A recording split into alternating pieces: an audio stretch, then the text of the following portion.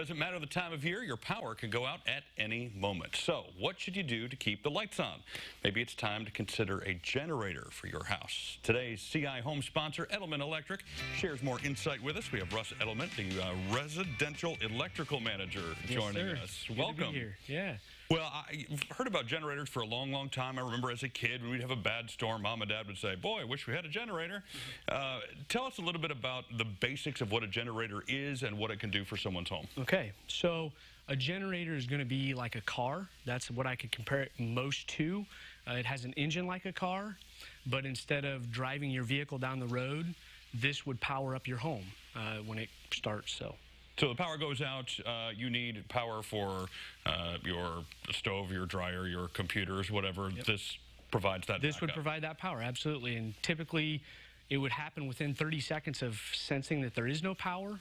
The generator would kick on, and you're back in business. I would assume there are lots of different options for the types of generator you can get, whether that do they all operate on fuel? So they operate on two different types of fuel. They're going to operate either on propane, which is more like out in your country areas, or they're going to operate in natural gas. And what kind of limitations do they have in terms of how much of your house they can power? Does this bring you back to 100% full power, or is it more of a partial thing? That's a good question. Basically, you can start anywhere from it can run your sump pumps and your refrigerators, your bare necessities, all the way up to your entire home. Yeah, it would run as if nothing was wrong. And I would assume, obviously, you can sort of pay for the amount you want. Yep. What is it that you find most people are looking to accomplish? Obviously, sump pumps and refrigerators and freezers are very, very important.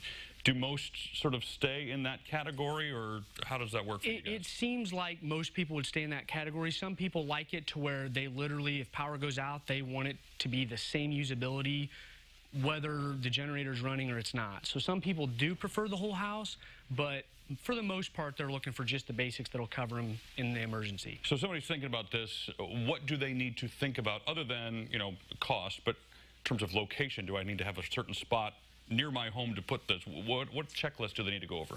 There's a lot of different code requirements. There's a lot of different safety things. We would look for distances away from the home, landscaping, other structures. We would look for where the meter on the house is. We would look for where the gas is coming into the house. And that would tell us a lot of different things. And then also how big the house is. Does it have a finished basement? If it's going to have a finished basement, they might want their sump pumps and some things in the basement to work. If they don't, they might not, and they want to go smaller. Now, you mentioned the car thing, and I'm not a car guy. We're looking at a picture of one such generator, which they actually look really nice. They do. It's not like an eyesore at your house or anything. But you mentioned a car. For me, not being a car guy, I was like, oh my goodness, that's one more thing to take care of that I don't know how to take care of.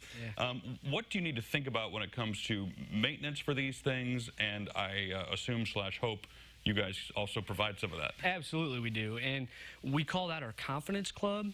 So we would install the generator, and then we also service the generator and can do any repairs that are necessary on the generator. I think that the biggest thing I would look at, if we would come out to your home, we give free estimates, and I would say that if you sign up for our Confidence Club, not only can we take care of your generator needs, we can take care of your heating and cooling needs, your plumbing needs, your electrical needs, and if we bundle all that stuff together, we can save you money not only on those services, but the upfront cost of the generator, even up to around $500. So confidence includes not just power, but your heat and all those other systems in your house that you're going to be worried about, especially this time of year. Absolutely. What are people looking at cost-wise? I'm sure there's a wide range, but when someone said, I want to do this, but I know it's going to cost me, what are we looking at? Yeah, so there is a range depending on how much stuff you want to run. It can run anywhere from around $6,000 to $9,400,